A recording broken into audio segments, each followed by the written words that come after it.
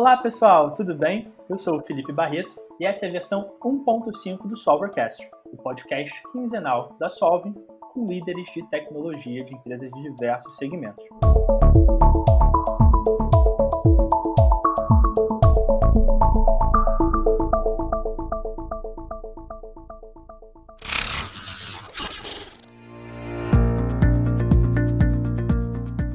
Hoje, nossa convidada especial é a Maili Souza, Head de Operações e Tecnologia do TT Burger. E aí, Maili, tudo bem? Oi, tudo bem, Felipe, e você? Tudo ótimo, graças a Deus. Obrigado aí demais por participar aí do Solvercast com a gente. Nada, é um prazer.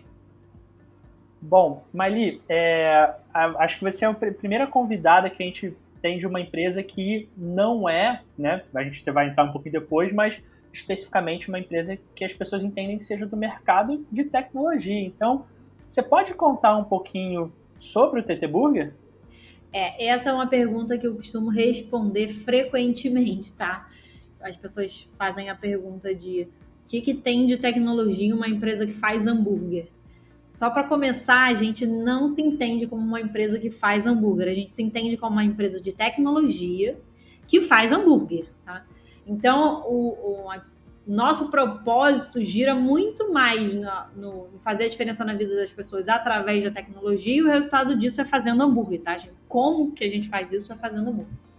Também a gente costuma dizer que a gente faria armários do mesmo jeito que a gente faz hoje hambúrgueres. A diferença é que a gente tem um chefe de cozinha e não um marceneiro. E também uma receita incrível de ketchup.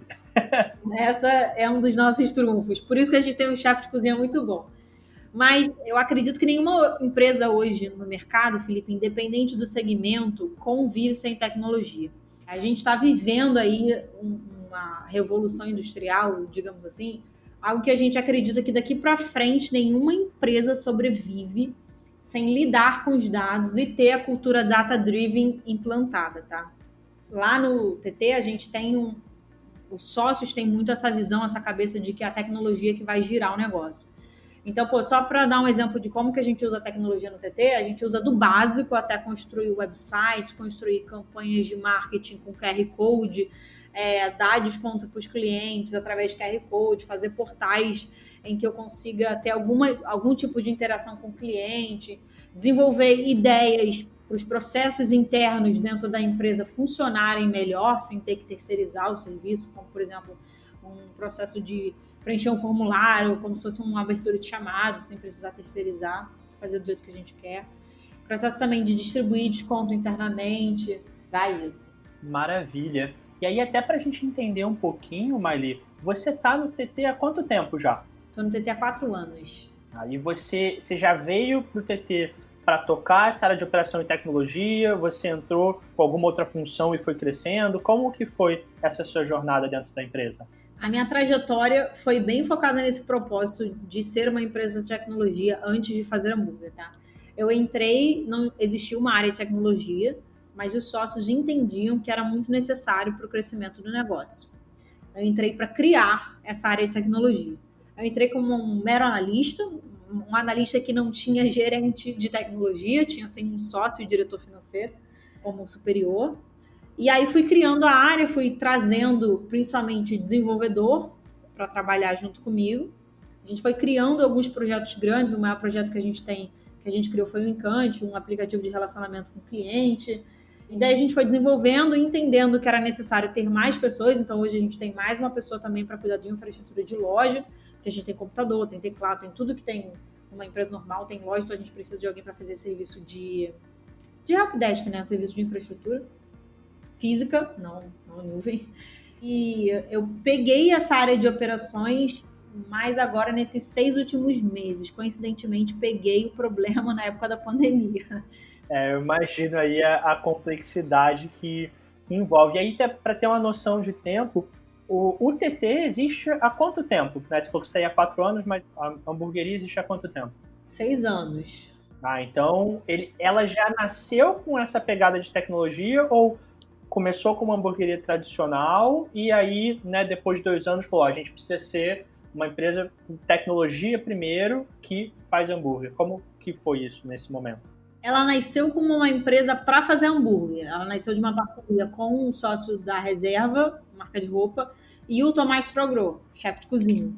Então, depois de 1 ano e pouco da empresa, aí trocou a sociedade e a gente começou a revolucionar o negócio. E aí começou a entrar essa parte de tecnologia. Eu entrei na empresa com 3 anos. E aí, até para a gente ter um pouco dessa noção do tempo e da evolução de tecnologia, o que tinha, então, de tecnologia no momento que você chegou? Né? Você chegou aí como analista para começar essa estrutura. Com o que você se deparou nesse primeiro momento? Cara, não tinha nada. Sendo bem sincera, não tinha nada. A gente, no máximo, tinha uma estrutura de logística bem controlada, usando no Access do pacote Office.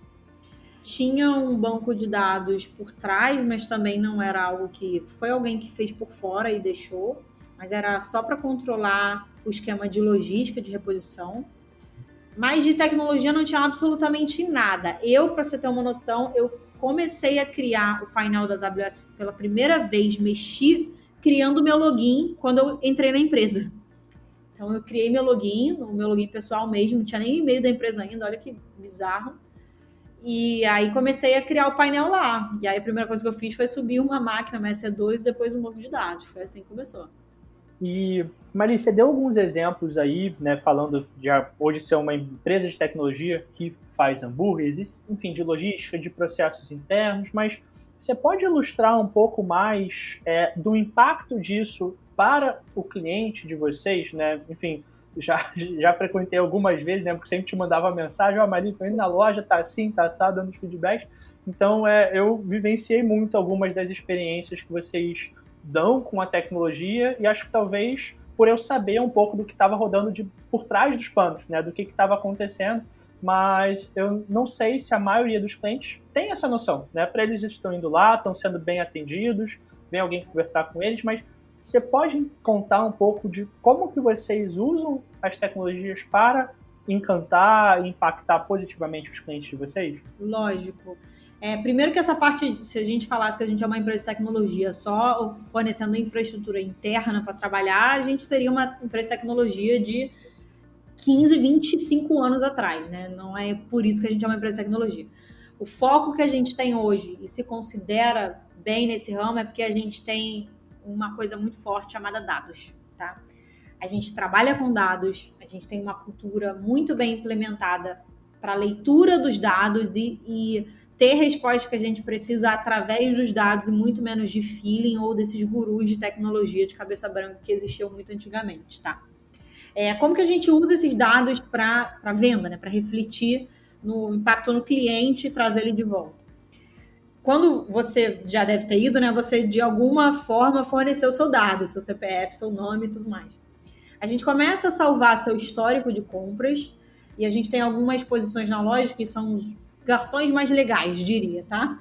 Chamados encantadores. Então, essas pessoas que são encantadores são responsáveis por complementar seus dados de forma pessoal, tá? Então, ela bate papo com você, complementa que você é o Felipe, que trabalha na Solving e que, sei lá, trabalha no centro. Então, ela vai salvar isso lá e vai perguntar da próxima vez quando você for na loja como é que tá o trabalho, sei lá. Se você comentou qual desafio, alguns desafios com ele, ele vai te perguntar sobre esse desafio. Isso só é possível porque a gente salva esse histórico de compras do Felipe, a gente sabe quem é o Felipe e a gente sabe do que o Felipe gosta, de acordo com o histórico dele. Tá? Eu posso até te dar um exemplo bem específico de uma coisa que aconteceu, não sei se você vai lembrar, mas uma pessoa da nossa equipe tinha recentemente tirado uma certificação, uma prova de certificação. Eu mencionei com você, falei, pô, Maili, pessoa tal, tirou a prova de certificação, a gente vai no TT comemorar. Uhum. E quando a gente depois terminou de comer, veio aí um dos encantadores na mesa, com sobremesa para todo mundo, dando os parabéns, falando, fiquei sabendo aí que alguém tirou uma prova de certificação e queria fazer aí uma cortesia, sobremesa para todo mundo na mesa. Então, assim, é legal ter essa experiência mesmo. Sim, a gente gosta disso, mas a gente não usa só os dados para encantar o cliente, a gente usa o retorno também, tá? O histórico de vendas, por exemplo, para entender por que um dia XYZ, que teve essas circunstâncias, vendeu mais do que o outro dia, aparentemente com as mesmas circunstâncias, dizem muito pra gente, tá? Às vezes, por exemplo, o que mudou de um dia para o outro foi que estava sol e no outro dia estava chuva. Então, os dados nos dizem muita coisa e futuramente machine learning, quando a gente entender que esse parâmetro clima-tempo fornece algum tipo de informação, a gente consegue trabalhar com isso também, com uma boa previsão de vendas, enfim. As propostas são infinitas. E, Maili, e uma dúvida, né? Afinal, com o LGPD em vigor, tem tido muita preocupação em relação à privacidade dos dados. Eu, pessoalmente, empresas que eu confio, como o TT, eu me sinto à vontade de dar meus dados sabendo que eu vou ter um retorno na experiência, né? Como vocês já fizeram várias vezes. Uhum. Mas, e quando uma pessoa não se sente à vontade, ela não quer que a pessoa saiba que ela trabalha no centro, ou que gosta do ketchup, ou que alguém tirou uma certificação, como que vocês lidam com isso em relação à privacidade da informação dessas pessoas? Quando alguém não se sente confortável em lidar com qualquer tipo de dado, a próxima pergunta é qual sanduíche que você vai querer hoje, tá? A gente não força, inclusive quando a gente pergunta o dado, a gente explica qual é o propósito daquilo. O propósito é atender a própria pessoa melhor, não é compartilhar aquilo de qualquer outra forma. Aquilo ali não tem uma informação útil para a gente que não seja atender aquela pessoa melhor, tá? Então, a gente deixa todo mundo muito à vontade, muito confortável com isso. A gente explica que o propósito é só esse. Se a pessoa não se sente confortável, a gente nem faz a pergunta pela segunda vez. Ótimo, então já vai bem direto. Eu imagino que eu já dei meus dados em algum momento, mas em algum momento no futuro, se eu mudei de ideia, eu posso aí vir até vocês e solicitar, falar, olha só, não quero mais, tem meus dados, vocês podem remover essas informações e seja um processo bem direto, correto? Com certeza isso já aconteceu, inclusive, tá? A gente manda alguns SMS promocionais, algumas pessoas já pediram para tirar da lista, a gente tem uma blacklist, a gente não coloca mais e respeita muito a privacidade de cada um.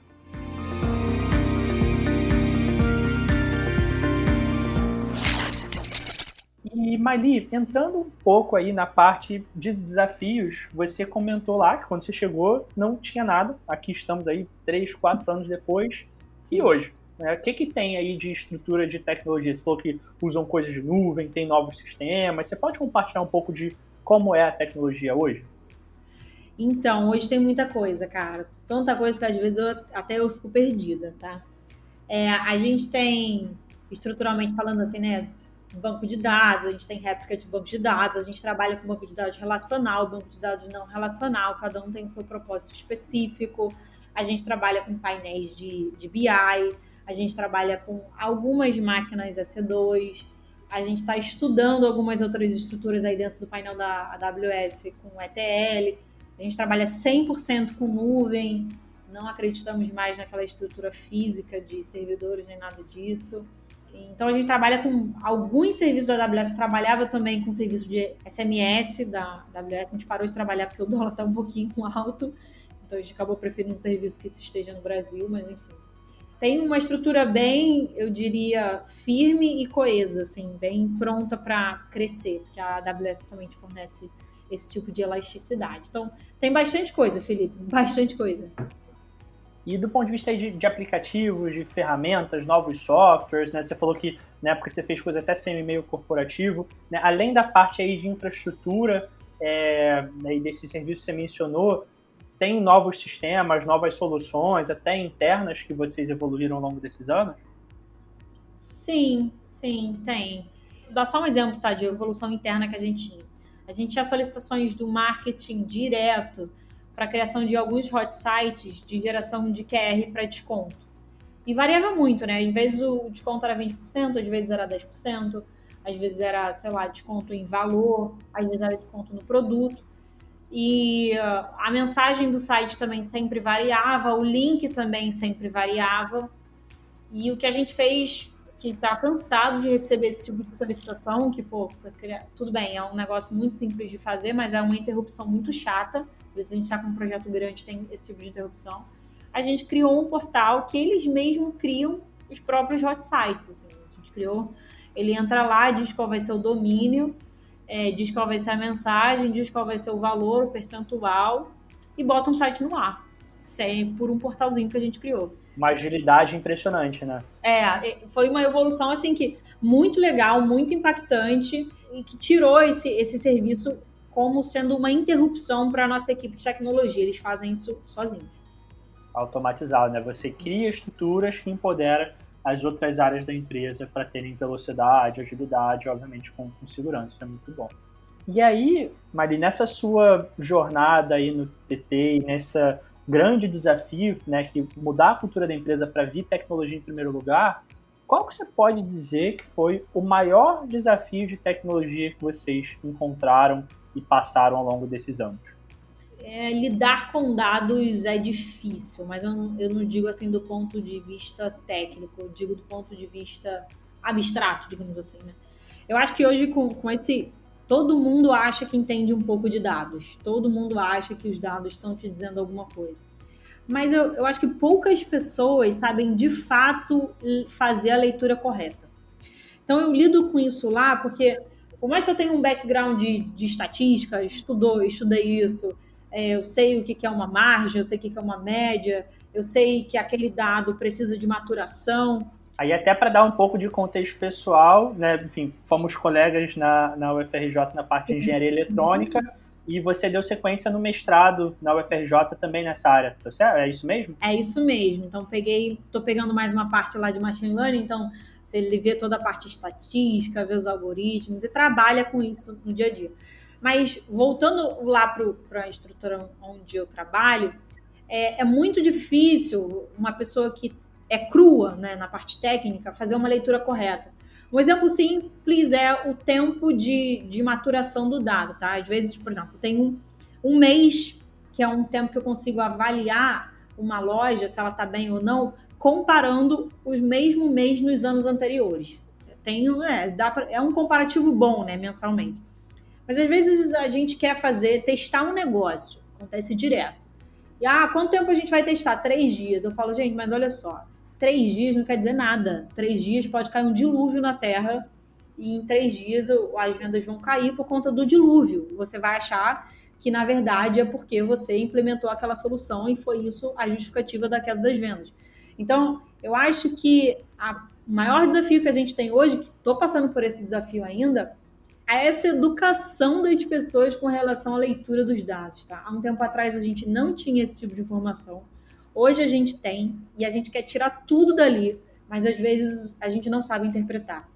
Então acho que essa educação, assim, até mesmo minha, né, de lidar com os dados, precisa acontecer. Isso é um desafio que a gente lida diariamente lá.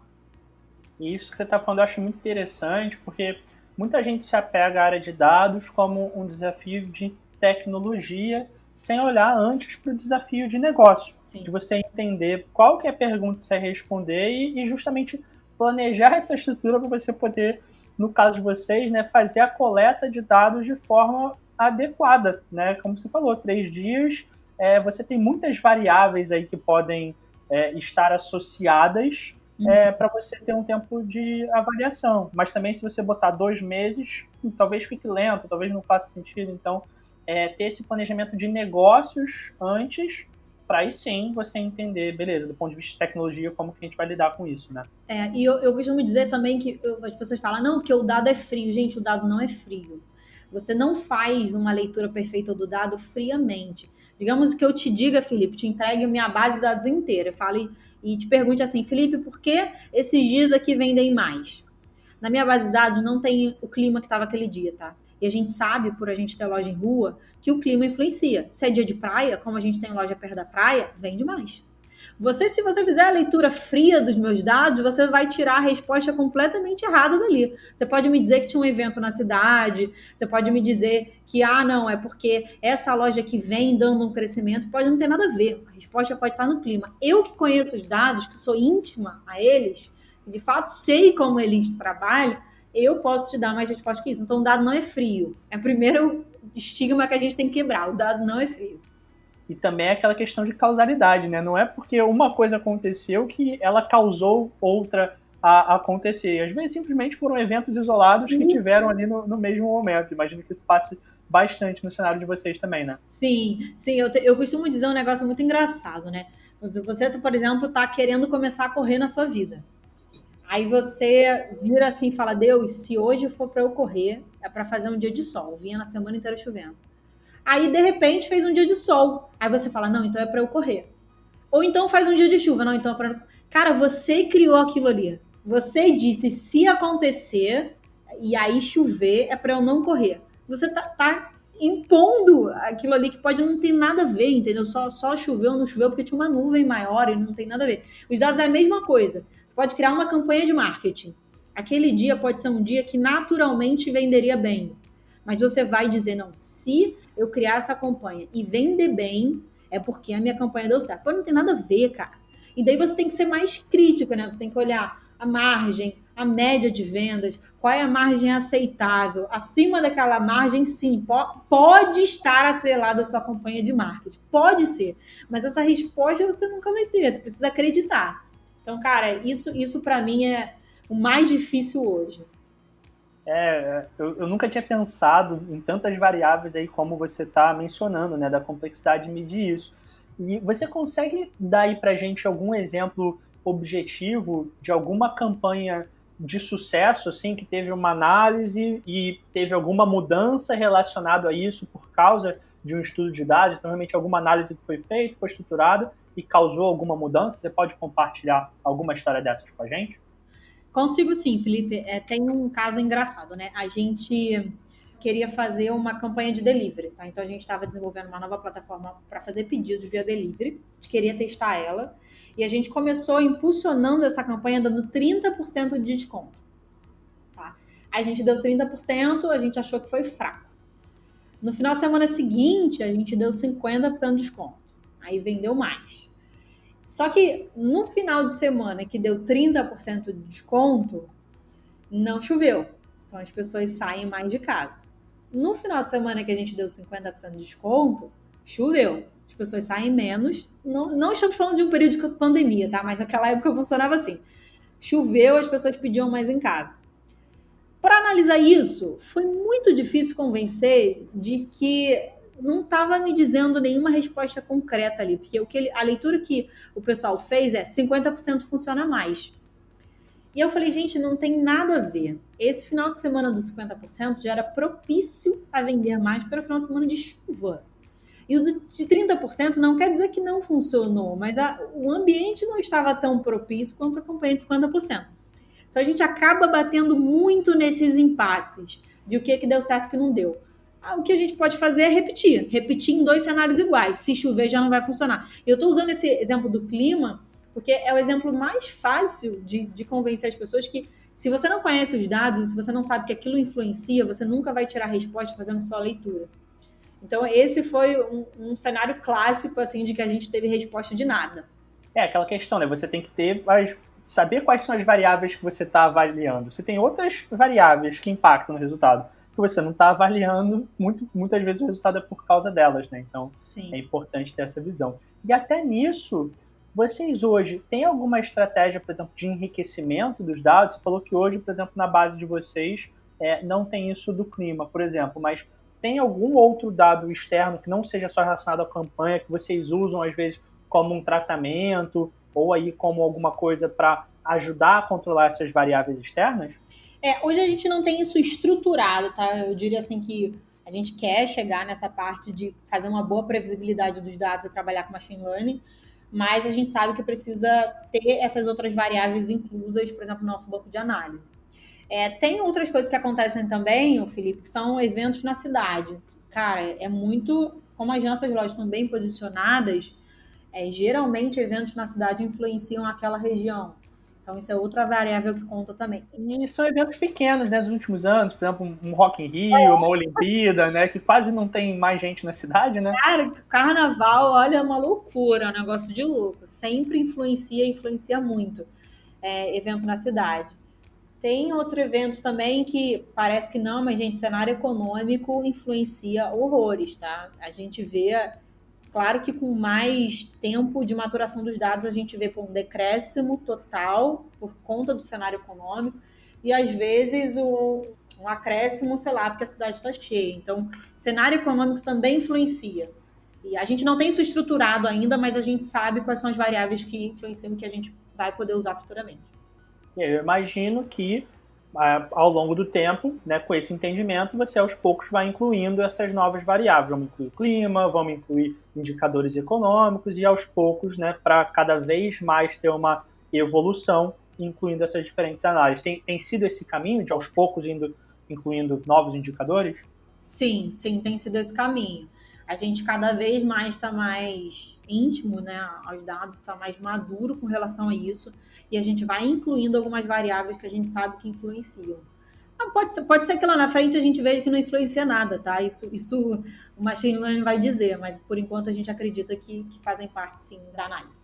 E para a gente fechar esse segundo módulo do nosso episódio, eu queria fazer uma última pergunta, que você falou de todo esse desafio de dados, como vocês estão olhando isso, como vocês enfim, melhoram a experiência dos clientes com tudo isso, mas você falou desse desafio realmente de entender o dado, de ter essa intimidade com o dado. Como que vocês fazem para conseguir se capacitar para, por exemplo, para um time de marketing conseguir entender por que aquele dado está dizendo isso, qual é a relação da campanha? Então, quais são as estratégias aí de capacitação para cada vez mais vocês serem uma empresa data-driven? É uma cultura, ô Felipe, que a gente tenta implementar por nós mesmos, tá? Dentro da empresa. Então, assim, tecnicamente, a gente vai educando as pessoas a terem respostas através de dados e não por feelings. Como isso, tá? Então, por exemplo, a gente está numa discussão, hoje eu tive uma discussão com os gerentes de loja, a gente tirou um produto do cardápio e a gente tirou porque a gente analisou que aquele produto tinha pouquíssima influência nas vendas ou quase zero e dava muito trabalho, porque um produto novo no cardápio são novos insumos, é uma nova logística, uma nova validade, então tem um certo trabalho de colocar aquele produto para o cliente final. Só que o trabalho, o esforço que a gente fazia para colocar aquele produto em loja não valia o rendimento dele, né? A gente não é uma ONG, a gente é uma empresa que tem fins lucrativos, lógico. Então, a gente tirou o produto. E aí, hoje eu estava numa discussão com um gerente que eles me passaram a percepção de, pô, tem muito cliente reclamando, um monte de cliente ligou que esse produto saiu do cardápio. Eu falei assim, mas gente, a percepção de vocês é porque 2 caras ligaram para a loja reclamando. Se vocês olharem analiticamente isso aqui, era, sei lá, menos de 1% dos nossos clientes que pedem esse produto. Então, a percepção de vocês, ela está completamente enviesada porque você recebeu 2 ligações que você não recebeu antes.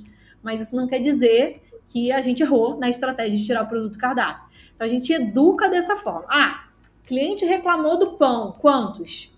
1 em 100? 1%. Então, o problema pode não ser o pão, o problema pode ser a percepção desse cliente que não gostou realmente do produto. Então, todas as perguntas que as pessoas fazem por percepções deles, a gente tenta trazer para o lado analítico e aí comparar com o que a gente tem com relação aos dados. É mais uma educação mesmo.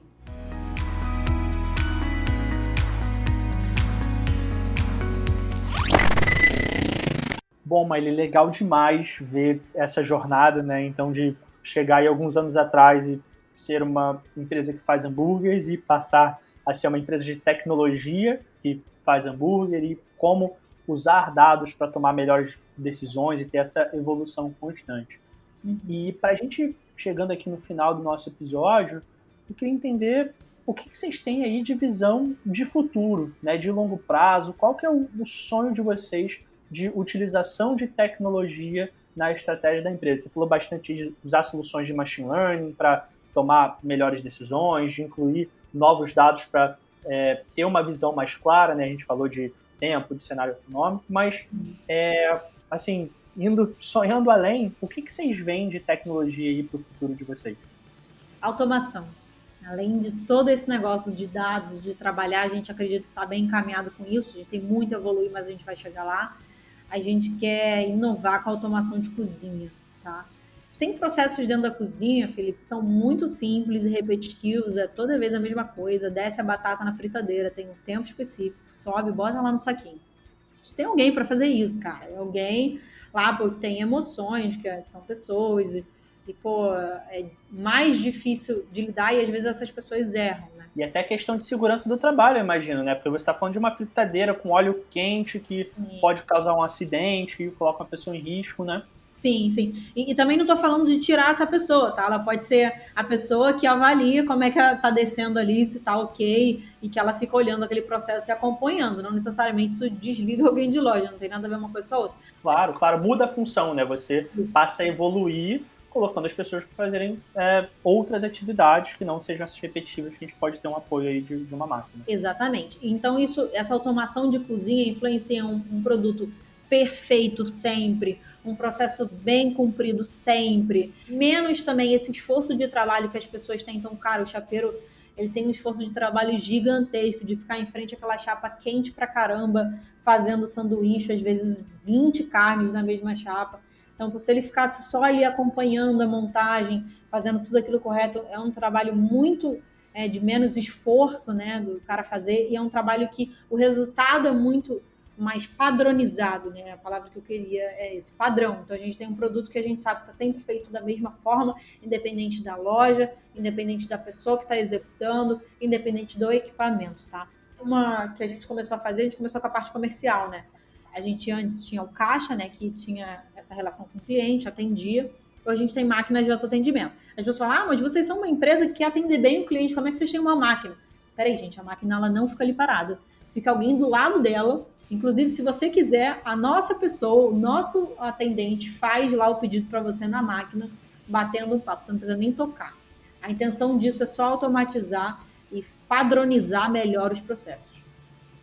E até evita erro, a pessoa ouviu errado, entendeu errado, até algumas coisas, né, de, poxa, você tá na correria e tá na fila, poxa, ali a máquina já às vezes consegue ir mais rápido, então esse tipo de estrutura acaba sendo bastante interessante. Eu entendo também que acaba melhorando muito a experiência do cliente no final do dia. Sim. E, Marli, para a gente fechar, né, você compartilhou um pouco já de todos esses desafios de dados que vocês já estão atuando, que já estão tomando melhores análises, cada vez mais incluindo novos indicadores para chegar em um caminho de machine learning, e também dessa visão aí de futuro, né, esse sonho grande aí de automações e melhoras aí da operação na cozinha. Mas hoje vocês já têm alguma, além dessa parte comercial, pensando aí na cozinha especificamente, alguma estrutura de automação que já tem dado ganho para o negócio? Com certeza. Temos aprendido muito com delivery. Ultimamente, nosso delivery cresceu nos últimos meses. Então, a gente entendeu que o objetivo do delivery é que o produto chegue tão perfeito quanto se ele estivesse na loja, tá? A gente trabalha com um sistema de delivery. Nesse sistema, as comandas são impressas para a cozinha de acordo com a ordem que o cliente faz o pedido, que não necessariamente é a ordem que os entregadores chegam na loja.